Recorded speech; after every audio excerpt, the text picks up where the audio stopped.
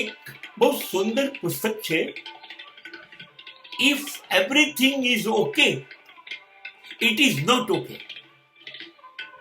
આપણને સામાન્ય રીતે સમાજમાં એકબીજા જોડે વાત કરવા જઈએ ને ત્યારે આ શબ્દ વાપરવાનું બહુ ગમે.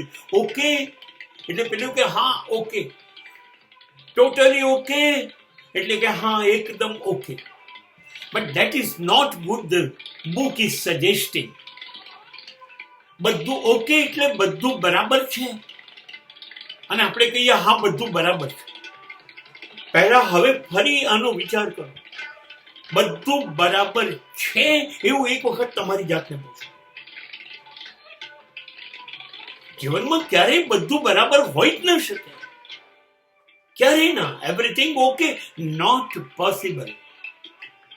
કોઈના પણ જીવનમાં અને ક્યારેય બધું જ બરાબર સબ સલામત હોય જ ન શકે.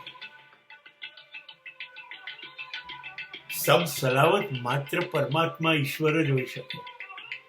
આપણે લોકો સબ સલામત કેવી રીતે હોઈએ? આપણી અંદર એટલી બધી આવડત તો છે નહીં કે આપણે કોઈ બી સ્થિતિની સામે જીવી જઈશું, કોઈ બી સ્થિતિ સામે લડી જઈશું અને આપણે બધું અનુકૂળ કરી કાઢ્યું, હવે કોઈ પ્રોબ્લેમ્સ જ નથી. નહીં, એવરીથિંગ ઓકે, સબ સલામત હોય જ નહીં. અને એટલા માટે પણ ના હોવું જોઈએ. તમને એક વાત કરું, જ્યારે બધું અનુકૂળ હોય, બધું બહુ સરસ હોય અને ત્યારે છે ને માણસનો વિકાસ રોકાઈ જાય.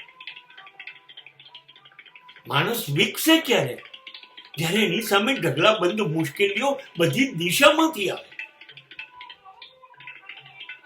ત્યારે બિલકુલ સલામત ના હોય, એ અસલામત હોય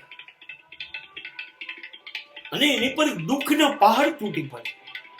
તો માનવીને જો બધું સલામત છે, બધું ઓકે છે, બધું આનંદ છે, બધા જલસા છે, તો એ આળસુ બની જશે. તો એ વિકસશે કેવી રીતે? તો એનો વિકાસ રોકાઈ જશે. અને માટે તમે જે છો એનાથી શ્રેષ્ઠ બનવા માટે તમને હંમેશા વિચિત્ર સ્થિતિ જ મળવી જોઈએ. લડવાની સ્થિતિ, સંઘર્ષની સ્થિતિ, કશું બરાબર નહીં, કશું સલામત નહીં. And when you are saying, I'm not okay, it means you are fighting. It means you are struggling. અને સ્ટ્રગલ કરો છો, ફાઇટ કરો છો સંજોગો સામે કે વ્યક્તિ સામે, અને ત્યારે તમે ખીલી ઉઠો છો. There will be a flowering. તમે ખીલશો અને ખીલશો તો તમારું વ્યક્તિત્વ સંપૂર્ણ ખુલશે. So everything is okay is not okay.